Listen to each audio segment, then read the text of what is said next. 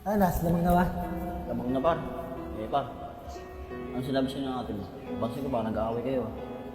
Wala par. Wala naman siya sinabi sa akin masama eh. Tsaka huwag mo itindihin yun. Parang galit ng ate mo eh. Hindi par, wala talaga. Sinabi niya lang sa akin yung mga pinuntahan namin noong nakaraan. Tsaka pinag-usapan na namin yung nangyari noong nakarang araw. Huwag mo itindihin yun.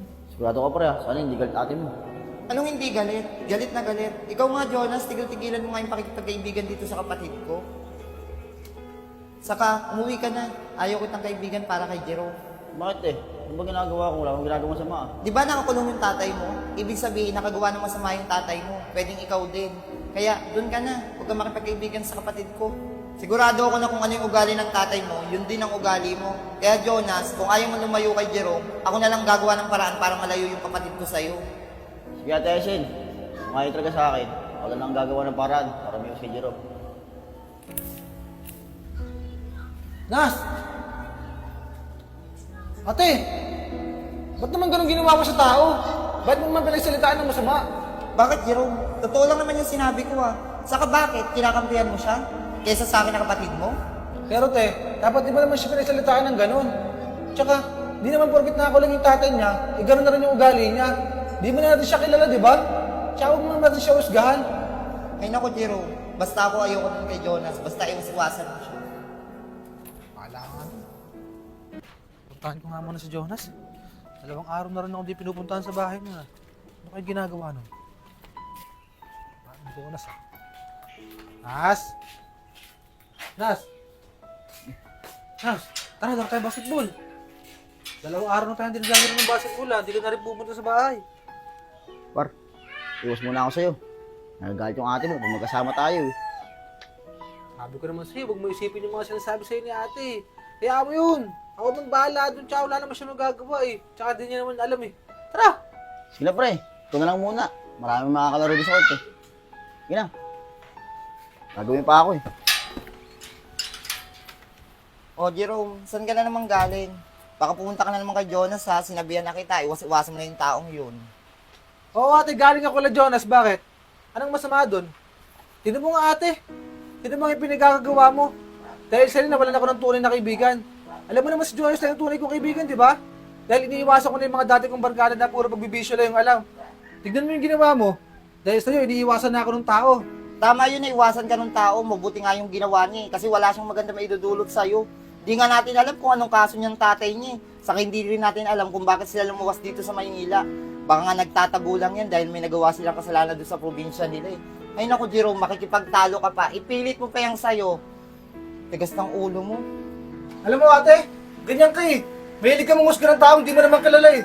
Yun ang tingin ko sa kanya, Jerome. Huwag mo nang ipilit yung gusto mo. Sa kapag nalaman niya ni Papa, sigurado uuwi ka sa probinsya ng wala sa oras. Bahala ka sa buhay mo.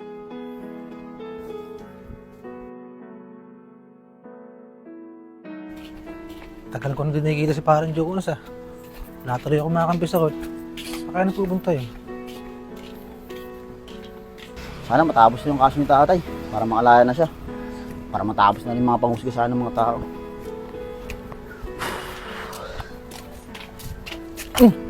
Par, kailan tayo nagkita? Tara par, laro tayo sa court. Huwag na lang muna pre. May nasikaso pa ako sa amin eh. Sige na pre. Pre, huwag mo sanang mamasamain ah. Pwede ka bang malaman yung totoong istorya kung ba't nakulong yung tatay mo? Pwede ba pre? Huwag nyo nang paalaman yun. Pansariling problema na namin yun. Tsaka wala na kayo dun. Pre, gusto ko lang kasi malaman yung totoo eh. Para maliwanagan na rin si ate. Para masabi ko sa kanya yung katotohanan. Tsaka para maibalik na rin natin yung pagkakaibigan natin. Kaya mo na yun pre. Marami ka mahanap na bagong kaibigan dyan eh.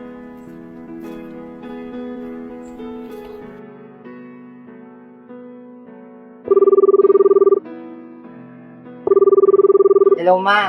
Hello, Nak. Diyan ba si Papa? Wala dito, Nak. Nasa trabaho. Bakit? Isusumbong ko po sana sa inyo si Jerome eh. Kasi ang tigas ang ulo dito. Pinapaiwas ko kasi siya dun sa bago niyang kaibigan eh. Kasi nabalitaan ko, nakakulong daw yung tatay nun. Pinapaiwas ko siya kasi baka madamay pa siya dun. Hindi niya pa lubusang kilala yung tao. Oh, tigas talaga ang ulo ng bata na yan. Nasaan ba yun si Jerome? Wala dito sa bahay, May. Nag-basketball eh. Pero pag uwi niya mamaya, tatawagan na lang kita ulit. Sige. Tatawag na lang ako mamaya. Kakausapin ko siya. Sige ma, dito na ako. Sige, Nak. Ingat din kayo dyan.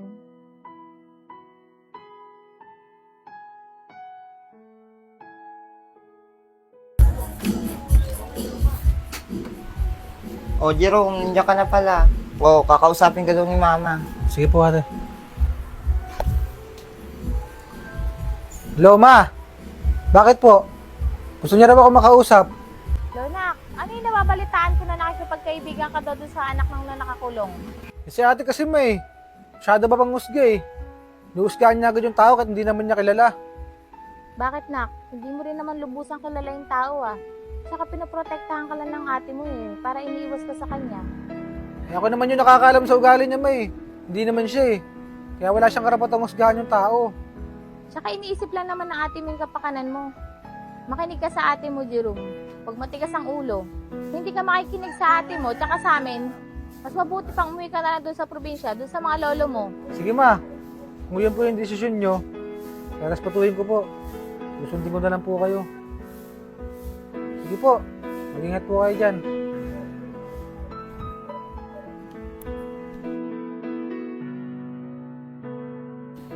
Siguro naman, Jerome, iiwasan mo na yun si Jonas. Kasi nakausap ka na ni Mama. Opo, ate. Iwasan ko na si Jonas. Tsaka bilang respeto na rin sa inyo ni Mama. Susunod ako. Tama yan, kasi pag nagmatigas pa yung ulo mo, sigurado mapapauwi ka sa probinsya ng wala sa oras. Opo, ate. Hey, ate. Si Jonas yun, oh. Kasama niya yung tatay niya. Baka nakalaya na. Puntahan ko lang. Jerome, di ba sinabi ko na sa'yo, umiwas ka na dyan kay Jonas? Saglit lang, ate. Pupuntahan ko lang. Tsaka para malaman ko na yung katotohanan kung ano ba talaga yung totoong nangyari. Nakalaya pa kasi itong tatay ni Jonas. Kaya, bayad oh. Tara tayo. Pagod. Nas! Nas! Par, Sabi yung tatay mo? oo par, si tatay ko. Nakalaya lang ngayon. Par, pasensya ka na. Kung di ko agad nasabi sa'yo, ba't nakulong talaga yung tatay ko. Talagang sumama yung loob ko, sumapag sabi ng ate mo. Wala naman sa akin yung par eh. Gusto ko lang kasi malaman talaga yung katotohanan para malinawan kami. Tsaka, alam mo naman, magkaibigan tayo, di ba? Nak, siya ba yung naging kaibigan mo dito, yung kinukwento mo sa akin? Oo tay, siya yun tay, si Jerome.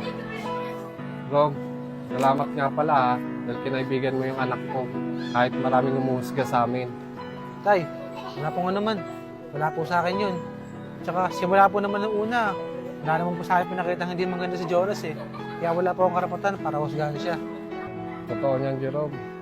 Kaya lang naman ako nakulong, dahil napagbintangan ako eh. Ako na nga yung tumulong, ako pa yung napasama. Pero okay na rin naman ang lahat, dahil nalinis na ang pangalan ko, at napatunayan na wala talaga akong kasalanan. Opo, tay. Simula po nakilala ko si Jonas, ramdam ko naman po na mabuti kayong tao. Kasi napalaki niyo siya ng maayos. Jonas, pasensya ka na ha, sa mga nasabi ko sa'yo. Inusgahan kita agad na hindi ko naman alam ang tunay yung dahilan. Nahihiya tuloy akong humarap sa'yo ngayon. Huwag kang mag-alala. Ngayon, naliwanagan na ako. Nalaman ko na yung tunay ng dahilan kung ano talaga yung nangyari sa tatay mo. Pasensya ka na talaga. Wala yan, Ate Aisin. Pero sana sa susunod, huwag niyo muna husgahan yung tao, lalo't hindi niyo pa kilala. Huwag kang mag-alala, Jonas. Marami naman ako natutunan sa nangyari ngayon. Sa katay, pasensya na rin po kasi hinusgahan ko kayo kaagad nang hindi ko naman alam ang tunay na dahilan. Sana po mapatawad niyo po ako.